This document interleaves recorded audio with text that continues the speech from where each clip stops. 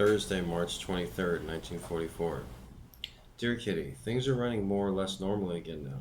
One coupon men are out of prison again, thank goodness. Our coupon men are out of prison again, thank goodness. Mike returned yesterday. Ele is better, although she still has a cough. Copias will have to stay at home for a long time still. A plane crashed near here yesterday. The occupants were able to jump out in time by parachute. The machine crashed onto a school, but there were no children there at the time. The result was a small fire and two people killed. The Germans shot at the airmen terribly as they were coming down. The Amsterdammers who saw it nearly exploded with rage and indignation at the cowardliness of such a deed.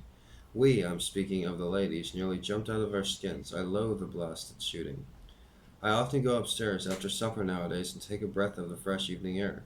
I like it up there, sitting on a chair beside him and looking outside. Van Daan and Dussel make very feeble remarks when I disappear into his room. And second home, they call it, or is it suitable for young gentlemen to receive young girls in semi-darkness? Peter shows amazing wit in his replies to their so-called humorous sallies. For that matter, Mummy too is somewhat curious and would love to ask what we talk about, if she wasn't secretly afraid of being snubbed. Peter says it's nothing but envy on the part of the grown-ups because we are young and we don't pay much attention to their spitefulness. Sometimes he comes and gets me from downstairs, but he turns simply scarlet in spite of all precautions, and can hardly get the words out of his mouth. How thankful I am that I don't blush. It must be a highly unpleasant sensation.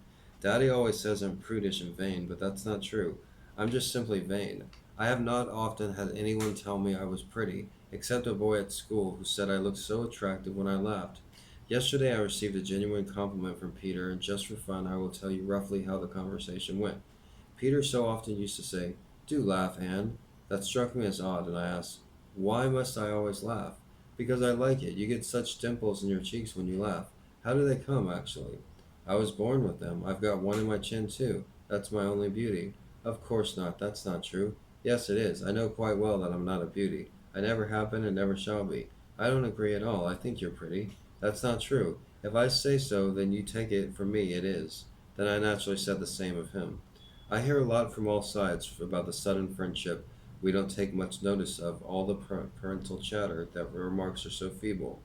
Have the two sets of parents forgotten their own youth? It seems like it. At least they seem to take us so seriously. If we make a joke and laugh at us when we are serious. That's so sweet. Anne does have cute little dimples. My name is Gregory Brand. I'm a writer. If you enjoyed my reading, click the subscribe button. Check out my own book. It's called Gonzo Education. It's about my life.